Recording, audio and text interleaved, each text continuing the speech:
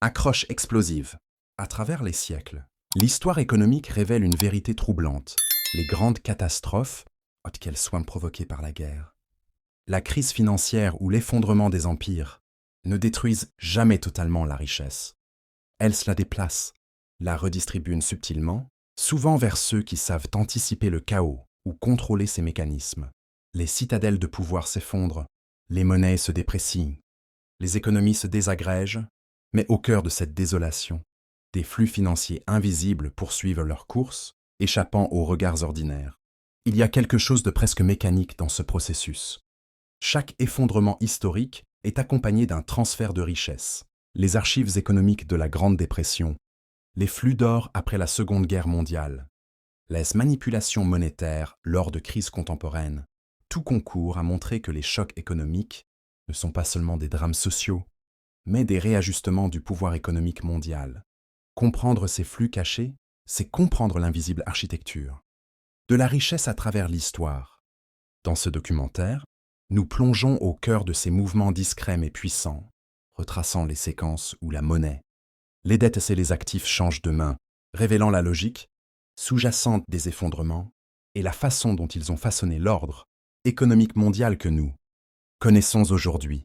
Aujourd'hui, alors que les économies mondiales affrontent des crises simultanées, endettement public massif, instabilité géopolitique, flambée des prix des matières premières, il devient essentiel de comprendre comment les effondrements passés ont redistribué la richesse et concentré le pouvoir.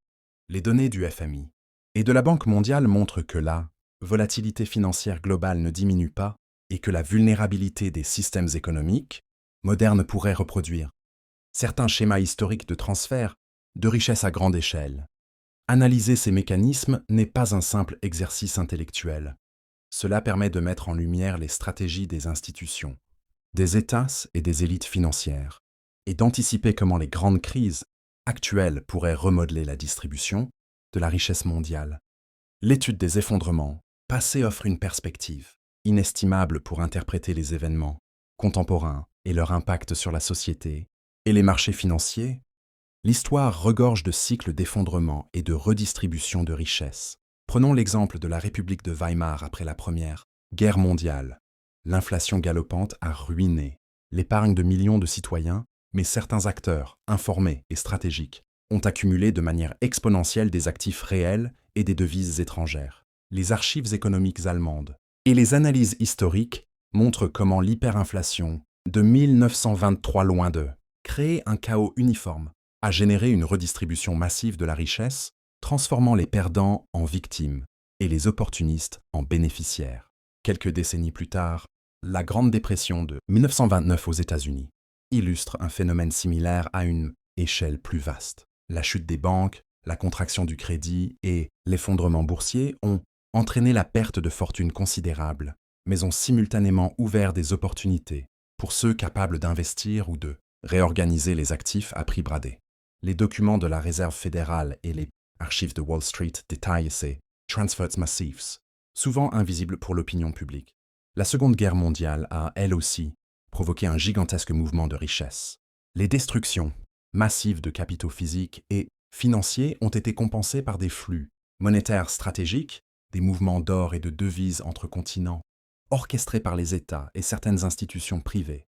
La documentation historique de la BRI et des archives du Trésor américain permet de retracer ces transferts qui ont contribué à consolider de nouvelles puissances économiques après 1945. Chaque effondrement historique a ses propres mécaniques, mais certaines constantes apparaissent. Les décisions politiques, la spéculation financière, la détention et le contrôle de l'or, la réorganisation des dettes publiques, tous ces éléments convergent pour produire un schéma de transfert de richesse. Les empires et les nations qui perdent leur pouvoir économique le font. Rarement par hasard, le choc initial, qu'il soit militaire, économique ou monétaire, crée des déséquilibres que d'autres savent exploiter. Par exemple, le passage de l'Europe à une économie globalisée après la Seconde Guerre mondiale n'a pas seulement été une reconstruction matérielle. Les flux financiers internationaux, le rôle croissant du dollar comme monnaie pivot et l'émergence des institutions financières supranationales ont redéfini les hiérarchies économiques mondiales.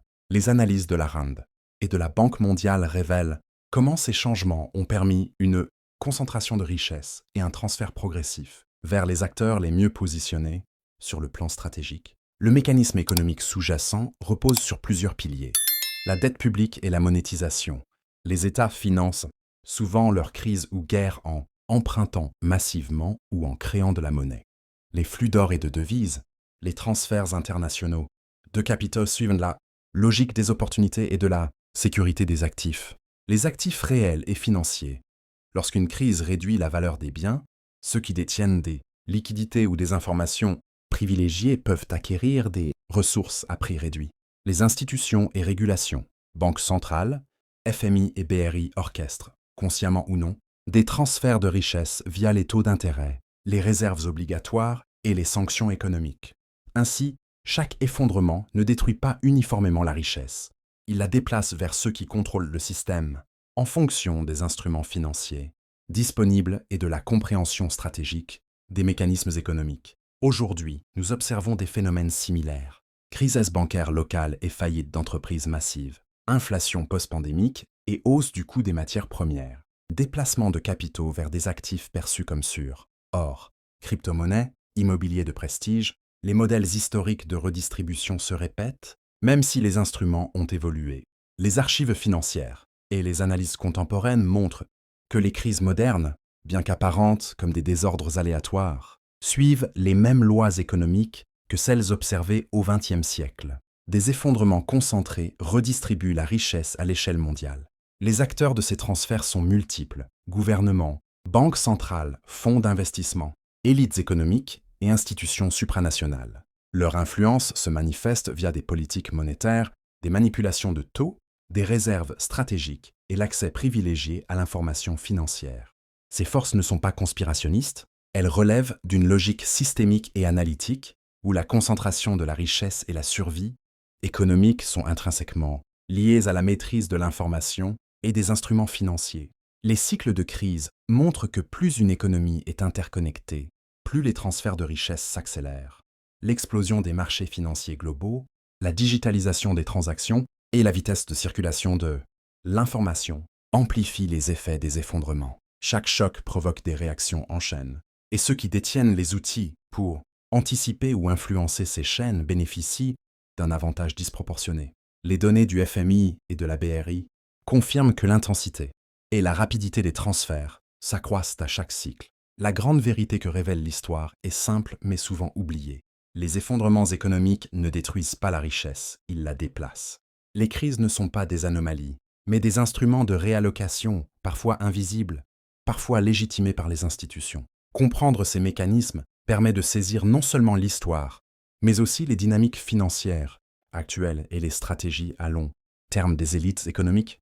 Chaque génération hérite d'un système économique façonné par les effondrements passés. Les pertes sont inévitables, mais la redistribution de richesses suit des schémas précis. L'étude de ces transferts historiques offre une clé essentielle pour comprendre le monde moderne. La stabilité économique, loin d'être naturelle, est un équilibre fragile, et chaque crise est une nouvelle étape dans la recomposition permanente des fortunes et du pouvoir mondial.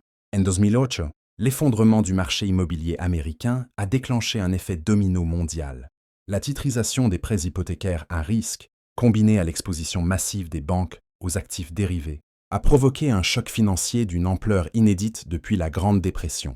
Les archives de la Fed et les rapports du FMI montrent que des trillions de dollars ont été réaffectés, non pas de manière aléatoire, mais vers des institutions jugées too big to fail.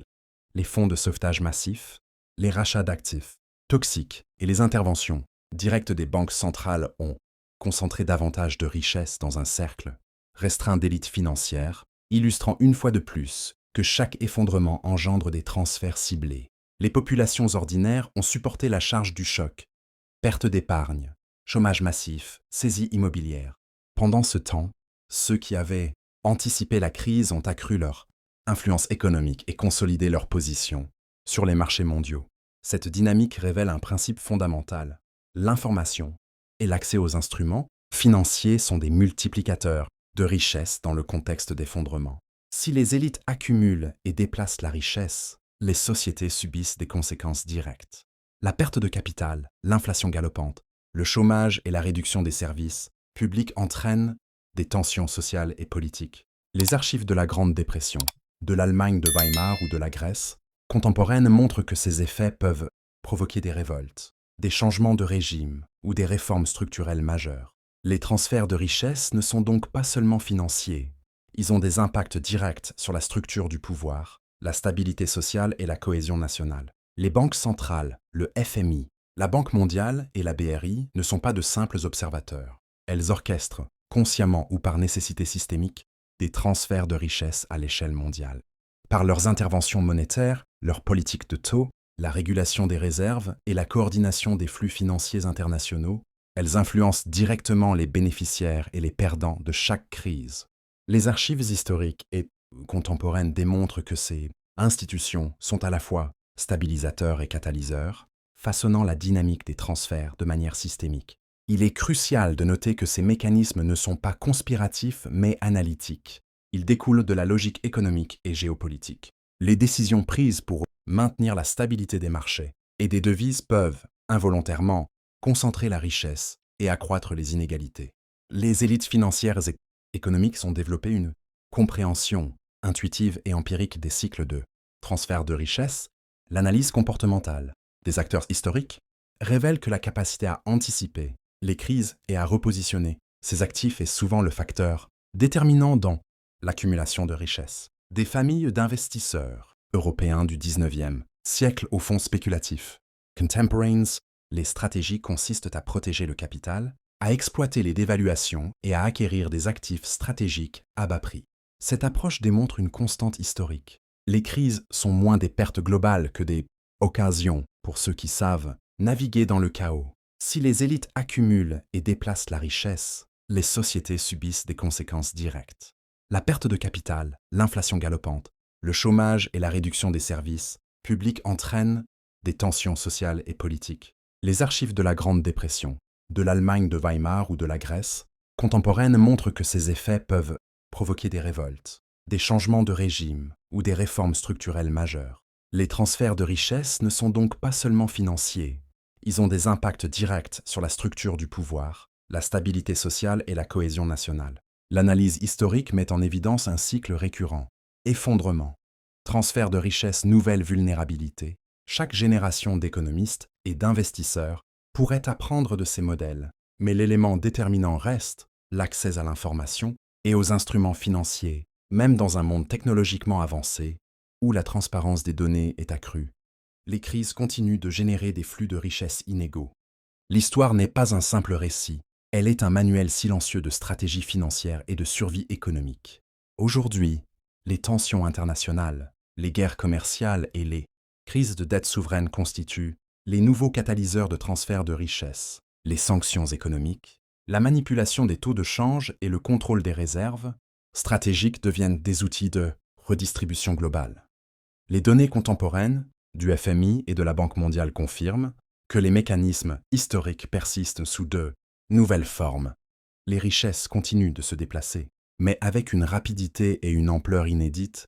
Les crises récentes montrent que plus l'interconnexion économique mondiale augmente, plus l'effet de concentration de richesses s'amplifie.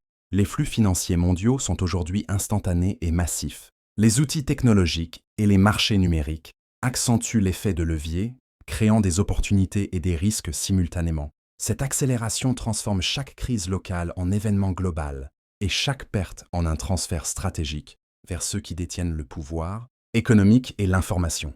La vérité fondamentale émerge avec une clarté saisissante. Les effondrements historiques ne sont pas des événements aléatoires, mais des mécanismes systématiques de redistribution de richesses. Chaque crise a un bénéficiaire, chaque ruine un acteur qui s'enrichit. Comprendre ce modèle, c'est comprendre les forces invisibles qui façonnent l'économie mondiale depuis des siècles. Cette révélation n'est pas un avertissement théorique. C'est une clé pour interpréter les crises, contemporaines et anticipées, leur impact sur la richesse et le pouvoir. À travers les siècles, les effondrements ont tracé des routes invisibles de richesse et de pouvoir. Les pertes économiques ne sont jamais uniformes. Elles suivent des logiques complexes, influencées par l'information, la stratégie et les institutions. L'histoire des transferts de richesses nous rappelle que l'économie mondiale est un réseau vivant, où chaque crise est une transformation, où chaque effondrement réécrit la carte de la puissance économique. Comprendre ces cycles, c'est saisir l'essence du pouvoir, de la vulnérabilité et de l'opportunité dans un monde en perpétuelle évolution.